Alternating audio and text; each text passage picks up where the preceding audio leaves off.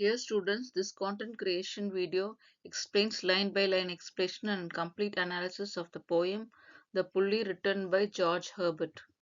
Author's note: George Herbert was born in the year of 1593 and died in 1633. Was a metaphysical poet and Anglican priest. His poetry focuses on God, faith, devotion, and relationship between human and divine. He believed poetry should teach spiritual truth and bring people closer to God. The poem Pully is an English metaphysical poem written by George Herbert that reflects on humanity, restlessness, and God loving wisdom. In this tender, witty poem, the speaker imagines God creating humankind and giving people every possible blessing but one: rest. The longing for a kind of peace one cannot find on earth. The poem suggests that it's just another part of God's plan to draw humanity back into divine embrace. This poem first appeared in posthumous collection of the poem The Temple, which was published in the year of 1633. Read the poem The Pully, written by George Herbert. Stanza 1. When the God has first made man, having a glass of blessing standing by, let us, he said, pour on him all we can. Let the world's riches which dispersed lie, contest upon the span. Stanza 2. So strength first made a way, then beauty flowed, then wisdom, honor, pleasure. When almost all was out, God was a stay, perceiving that alone all this treasure rest in the bottomly. Stanza 3. For if I should, said he, bestowed with jewels also on my creature, he would adore my gift instead of me, and the rest of the nature not God with nature, so both should be losers be. Stanza 4. Yet let him keep the rest, but keep them with the repining restlessness. Let him be rich, weary that at least, if goodness let him not, let weariness may toss him to my breast. Let us see the structure and its form of the poem. The form is lyrical poem. Stanzas, six stanzas each with four lines quatrains. Rhyming scheme A B A B A. Meter is iambic pentameter has been followed in this verse. Style is simple language is used by the author with deep philosophical meaning, typically metaphysical poetry. The Pully poem summary. In the poem, George Herbert imagines God creating human being and generally blessing them with qualities such as strength, beauty, wisdom, honor, and pleasure. However, God deliberately withholds rest. He does it so that when human became tired, dissatisfied, or burdened by worldly life, the awareness will act like a pulley, pulling them back towards God. God believes that this if a human were given complete rest and contentment on earth, they would forget Him. By leaving them restless, He ensures that they seek spiritual peace and ultimate turn to God for the true fulfillment. The central idea and theme is the worldly blessings can alone cannot satisfy human soul. Restlessness in life is meant to draw human closer to God and spiritual devotion after death. To emphasize, he said, if I have given the last precious gift to my creations, people would love the things that I gave and forget all about. That to be peacefully content with their lives and on the earth, and they would rethink that of to love the God who created all this goodness. Both humanity and God loses out something if that happen. So let it do the things this way. Human can keep all things that the God has given them, but they will also feel constant regretful, distracting longing. Humanity shall be greatly blessed, but also tried out of life's trials. But by a nagging desire to come home to me, that way it is pure moral goodness doesn't draw them back to me, then exhaustion will. Let us find the different themes found in the poem humanity, restless, and God, goodness. Being a person, the poem fully suggests that me being rich is blessed but also full of repining restlessness. That is sorrowful, then distracted longing for a kind of peace, satisfied that one simply cannot find on earth. So, as being a rich, the man cannot find peace in him. The poem suggests that God gave people all sort of precious gift when creating human being, but held back all the final blessing of rest. So they all the rich people lack rest means that earthly life is marked by unquenchable dissatisfaction and longing. But this, the speaker argues that all part of God's benevolent plan, that the weariness such in longing will eventually draw back people to rest of God's embrace. God bestows all kind of wonder gifts on man. The speaker observes from strength and beauty and to pleasure, pouring out of bountiful glass of blessings on the work in progress, that of mankind. God seems abundantly generous. But God also reserves one final blessing, rest or peace. To add up explanation, if God were to give humanity this final crown, which is metaphor referred as jewel, the poem reflects the people would be too happy on earth, and the rest in nature and not the God of nature. In other words, the people were too content during their lifetimes. They would long to be reunited with God and who embrace and offers a deep peace and fulfillment that beyond anything on earth. And if that were so, they are loose out of on a blissful reunion with their loving Creator. Without this rest, on the other hand, they will delight in life, but still pine for a peace that only God can give. Then, a longing for a peace beyond what earth can offer us became a pulley that gradually ventures humanity back towards God. This conceit presents the restless longings, the presence even longing for permanent relief from the suffering, not as a flaw but in otherwise lovely existence, but as a part of a wise, loving divine plan. By holding back rest in this poem suggests God slowly draws humanity towards a piece of heaven. Let us see the line by line explanation of this poem.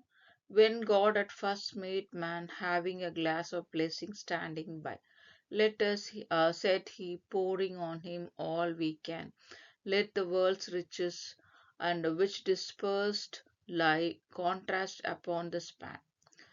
In these lines opening of the poem, the poet presents an imaginative depictions of God as an creator of mankind, and God is portrayed as having a glass of blessings prepared by God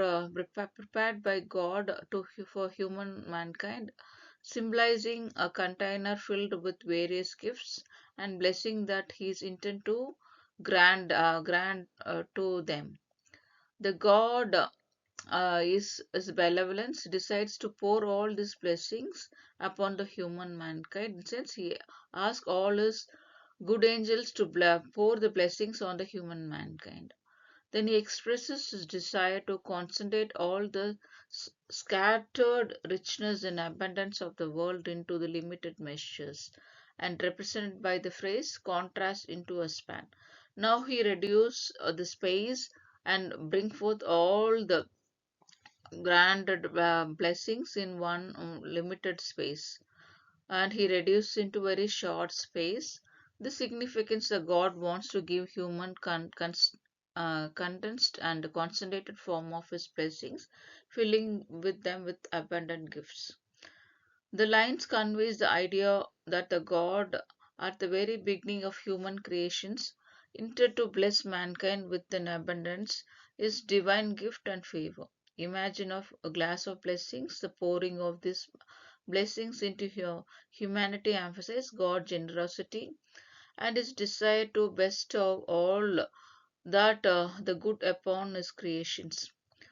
It sets the stage for the rest of the poem, which dwells upon the concept withheld rest as means to draw human mankind closer to God after his death. Let us see the analysis of the poem. Line 1 to 5. The first stanza of the Pully depicts a god as a generous, inspired tinker improvising the creations of human mankind. When God at first made man, the speaker tells reader, God just so happened to have a glass of blessing standing by to pour out of this creation.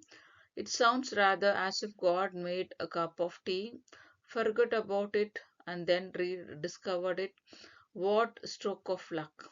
This generally funny moment established a poem attitude towards God, and this is the God's whole blessings are abundant, that the greatness of them can be poured without a second thought.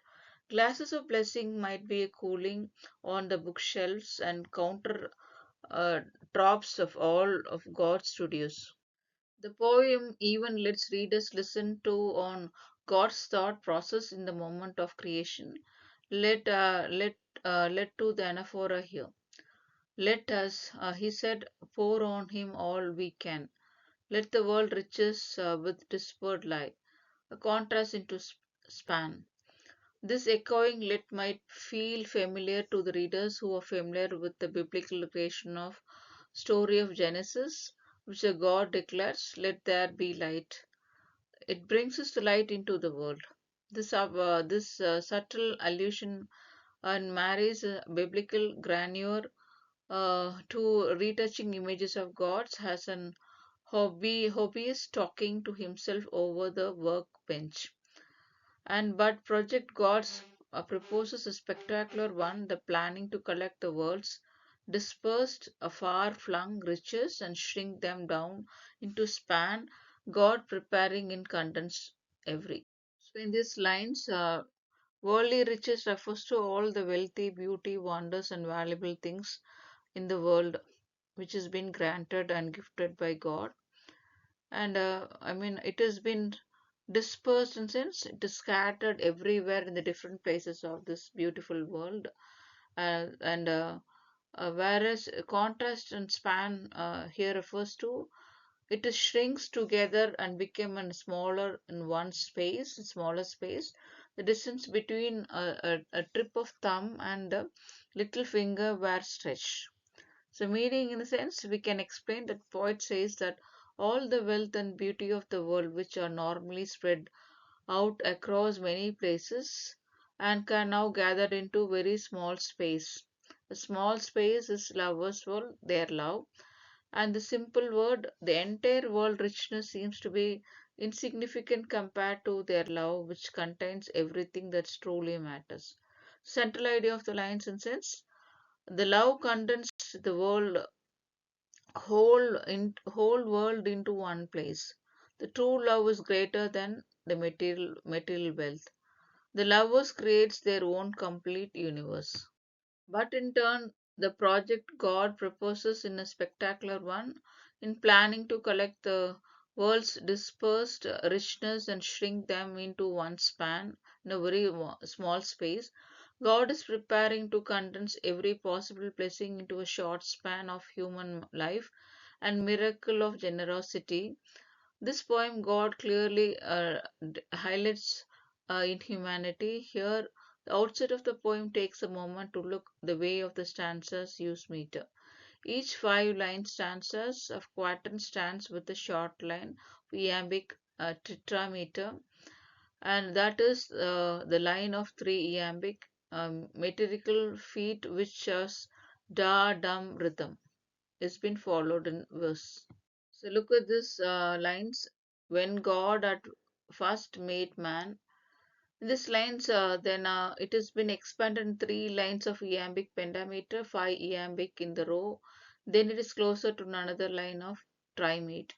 In other words, there is a short, long pattern happening here. Each stanza is rhymed as A B A B A.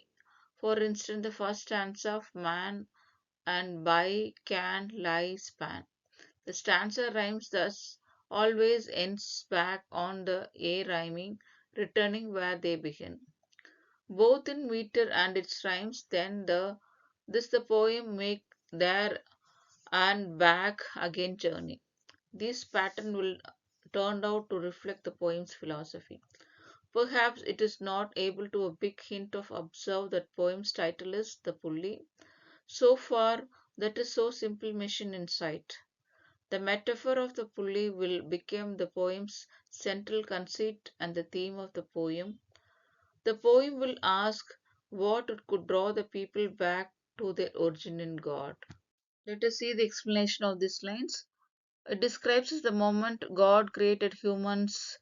Imagine God has a giant glass flowing with amazing things like strength, beauty, wisdom, and all good stuff in the world. God decided to give humans all these wonderful things. He tells angels to pour on him all we can. God wants to take all the good scattered around the world and give it to humanity. These lines such as, so strength first made way, that beauty flowed, then wisdom, honor, pleasure. When almost all was out, God made stay, perceiving that alone of all his treasures rest in the bottom lay. The explanation of this line is this, when God is filling the glasses with all the wonderful things that He want to give to humanity, He start with essential quality like strength, which helps human mankind to build and survive.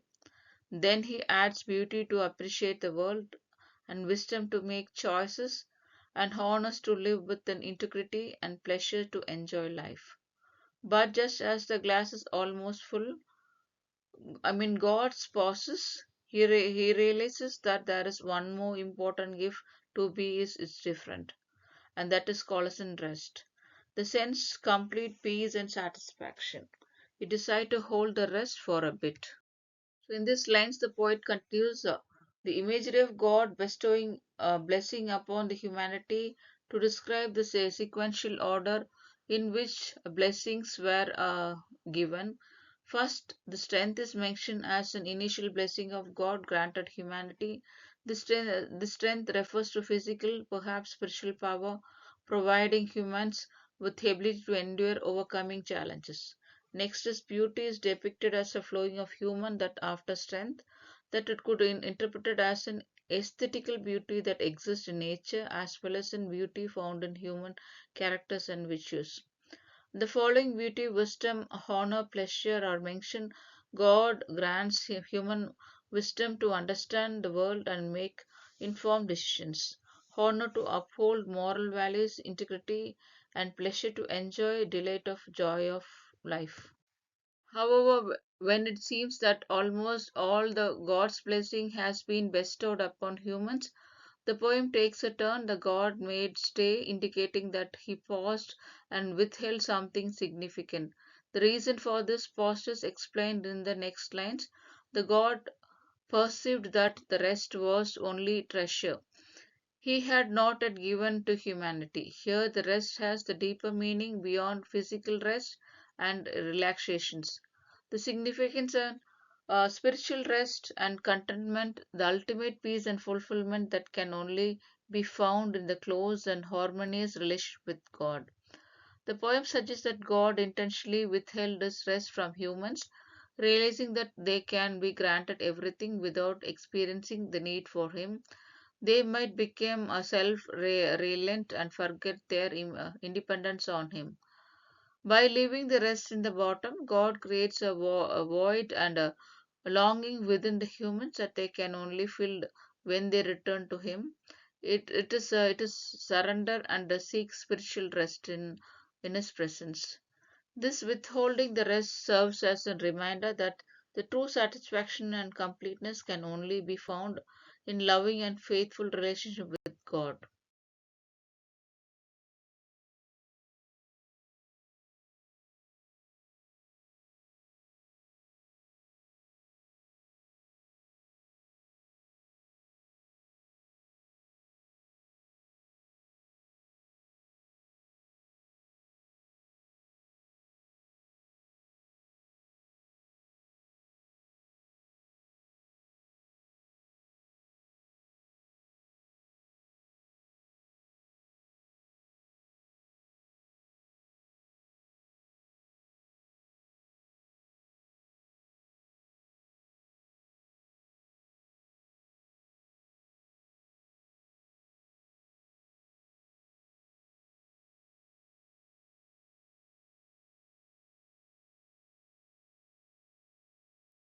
For if I should, he said, bestow these jewels also on my creature. Let us see the explanation of these lines. The God says that if he were to give this final precious gift, which is known as the jewel of the rest, and it is a metaphor, and we can see if the man gets this, the jewel of the rest, the complete peace and satisfaction could be attained by human mankind. So God withholds this gift, the jewel of the rest, and He does not give to mankind. The next line, He would adore my gifts instead of me. We can see in these lines that human beings begin to love and worship God's gift of such as wealth, pleasure, strength, and peace, rather than God Himself. He did not love and worship and appreciate the Creator, the God. Next line, the rest in nature are not the gods of nature. We can see the explanation such as all human mankind can fully satisfied with the materialistic world and all the worldly nature he enjoys and very rich, and but at the same time he got exhausted and became tired, and he would no longer feel to the need of a seek and remember in or depend upon gods who is the creator of nature. So he completely forget about the creator of nature, and we can see the nature and nature, the repetition of the word is found in these lines. To find the literary meaning sense, God deliberately withholds a perfect rest from human mankind, and he fears that if humans were completely satisfied with this worldly pleasure, he would forget God and, and worship worldly, because he worship only worldly comfort instead appreciating and loving God. By denying the rest, God ensures that human restlessness will eventually pull back them to Him, the true sources of peace, and both God and human are losers. As man fails to appreciate and acknowledge Him, hence, man fails to realize the God's creator and worship only words power which has been given to him by God. So he lost the relationship with God, and so both God and man are losers in this worldly nature.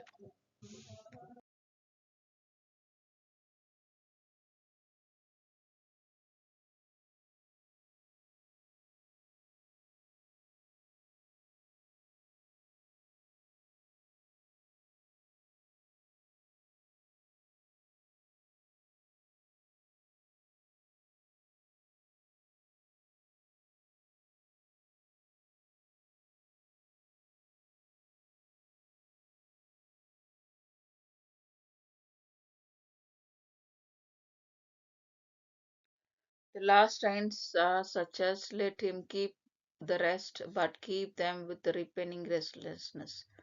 This line, keep the rest, means retain all the other gifts such as strength, beauty, wisdom, and honor and pleasure. Repining means discontent and complaining, that the human mankind is not satisfied with all the worldly gift which has been gifted by God. Instead, he complains and he became restless, and he is unable to get satisfaction in his life, and he could not find peace in his life. So let him be rich and weary, and at last the abundance, his worldly gift, that where he became exhausted with all his worldly gifts. The next line, if a goodness let him not, and yet weariness. Finally, the goodness of moral virtue of human mankind, the spiritual goodness, would let him know, which does not guide him, but instead it brings him extreme tiredness, and he is dissatisfied with this worldly life. And the next line, me toes him to me breast. So as men does not appreciate and acknowledge the gift which has been gifted by God to him, so the God decided to toss his life and drive him forcefully towards him. Here, my breast refers to God's presence and divine comfort of love. So, the Pully title has been could be justified in these lines. The explanation of these lines, such as the God gives humanity all the other gifts, but not rest. This way, human will never be completely satisfied. They all have a little feeling of wanting more. This feeling of restlessness might make them keep searching for something deeper, something that truly fulfill them. In the end, the God hopes that either their good choices or even the tiring struggles of life itself will make them realize that true happiness comes from God Himself, and humanity eventually turns back to Him, as such is referred as God. Let us see the meaning of this lines as could be referred. God decides that human may keep all these worldly gifts, but they will possess them only the constant dissatisfaction and the inner unrest. Human may become rich and successful, yet they will become spiritually tried and unfulfilled. In the moral goodness does not brings a human back to God, then their weariness with the worldly life will. This inner exhaustion will finally drive them into God's loving embrace. Thus, restlessness functions as a divine pulley, the pulling human soul upward towards God. So, to confess, the central idea focus on worldly wealth cannot give peace. Human dissatisfaction has a spiritual purpose, and the true rest and fulfillment lie only in God. Let us see the rhyming scheme of this poem. The stanza 1 rhymes as A, B, A, B, A, and the stanza 4 it rhymes as A, B, C, B, A. The first line ends with the n sound, and second line it ends with by sound, and third line rhymes with n sound, and fourth line rhymes with I sound. Then fifth line sounds with n sound. So, such as the first line n and third line n, then fourth line n. In such a word of man, can, span.